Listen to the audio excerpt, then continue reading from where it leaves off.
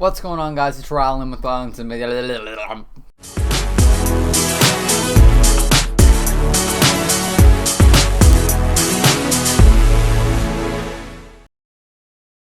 video where I'm going to be giving you guys tips for your pet. That's right, I'm going to be giving you all tips for photographing your pet. These are some 6 tips I believe that I've compiled together. And it's things that I've learned from photographing one of my pets recently. Photographed my dog recently, and these are some of the things that I've learned that I think is going to help you take great photos of your pet. Whether you're a hobbyist, a professional photographer, these tips are going to be very useful for you, and you're going to find that they're going to help you take a better photo of your pet. Even if you're like, I don't know, even if you're not a hobbyist and you're just someone who wants to take a nice photo of your pet, this is going to help you, because, you know, big brain. Originally I had said that hopefully today I would be out in the field shooting a video out there.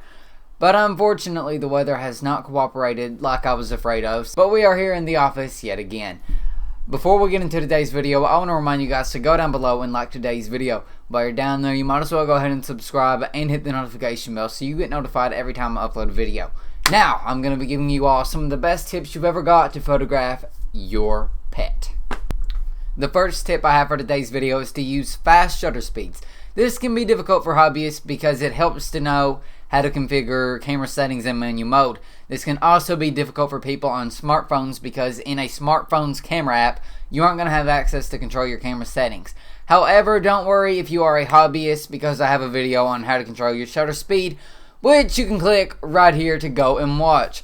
Also, some cameras have a pet mode that you can switch to on your camera's mode dial. You can see your camera's manual to see if your camera has one of those modes. If you are using a smartphone, you can take photos in the Lightroom Mobile App created by Adobe that allows you to configure your camera settings. To capture well-exposed and sharp images, I recommend using a DSLR or mirrorless camera, but a smartphone will also get the job done probably just as well anymore. The second tip I have for this video is to get down on their level. Everyone is used to seeing dogs or cats from above and looking down on them. This means if you simply take a photo from that angle, it's probably not going to grab people's attention and might not look as pleasing of an angle. So get down low in their world. Depending on the breed of your animal, you may have to crouch down with your camera or even lie down flat on your stomach to get on their eye level.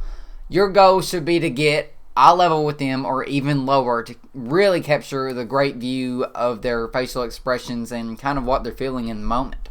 The third tip I have is to focus on the eye of your pet. The saying goes, eyes are the window to the soul, and this applies to any living subject, including your pet. When composing for the picture, make sure that your focus point is on the pet's eye to make sure that they are sharp and allow your animal's expression to become the main focus of your image. My fourth tip is to capture your pet's personality. Whether you have a lazy cat or a super hyper dog, your picture is going to showcase their personality and how they act when they are in front of the camera or when they're not.